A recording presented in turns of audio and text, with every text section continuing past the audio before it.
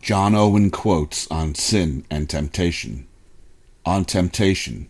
Let our hearts admit, I am poor and weak. Satan is too subtle, too cunning, too powerful. He watches constantly for advantages over my soul.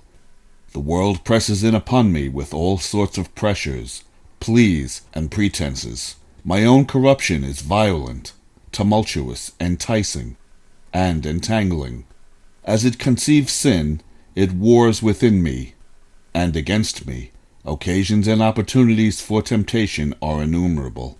No wonder I do not know how deeply involved I have been with sin. Therefore, on God alone will I rely for my keeping.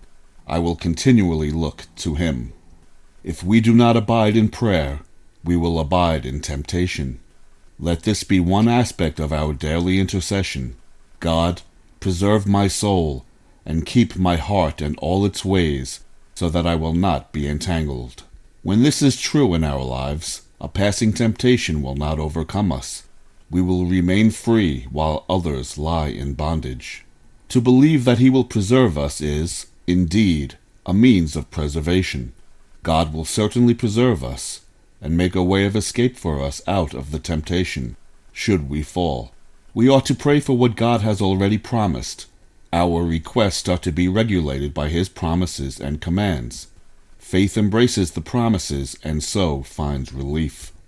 Steadfastness in believing doth not exclude all temptations from without.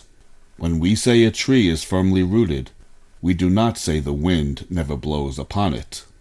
Temptations and occasions put nothing into a man, but only draw out what was in him before. Temptation is like a knife, that may either cut the meat or the throat of a man. It may be his food or his poison, his exercise or his destruction.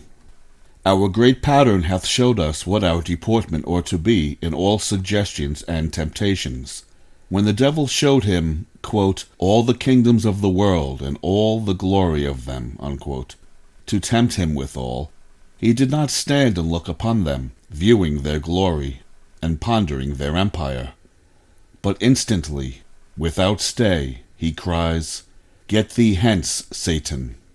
Meet thy temptation in its entrance with thoughts of faith concerning Christ on the cross. This will make it sink before thee. Entertain no parley, no dispute with it, if thou wouldst not enter into it. On sin. Sin aims always at the utmost, every time it rises up to tempt or entice. If it has its own way, it will go out to the utmost sin in that kind.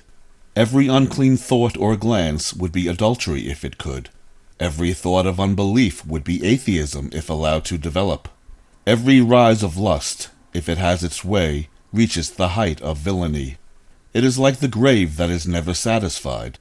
The deceitfulness of sin is seen in that it is modest in its first proposals, but when it prevails, it hardens men's hearts, and brings them to ruin. Let no man think to kill sin with few, easy, or gentle strokes. He who hath once smitten a serpent, if he follow not on his blow until it be slain, may repent that ever he began the quarrel. And so he who undertakes to deal with sin, and pursues it not constantly, to the death. Do you mortify? Do you make it your daily work? Be always at it whilst you live. Cease not a day from this work. Be killing sin, or it will be killing you. The custom of sinning takes away the sense of it. The course of the world takes away the shame of it. The vigor and power and comfort of our spiritual life depends on our mortification of deeds of the flesh. He that hath slight thoughts of sin never had great thoughts of God. When sin lets us alone, we may let sin alone. But as sin is never less quiet than when it seems to be most quiet, and its waters are for the most part deep when they are still, so ought our contrivances against it be vigorous, at all times and in all situations. The choicest believers, who are assuredly freed from the condemning power of sin, ought yet to make it their business all their days to put to death the indwelling power of sin. There is no death of sin without the death of Christ. To labor to be acquainted with the ways, wiles, methods, advantages, and occasions of the success of sin is the beginning to this warfare.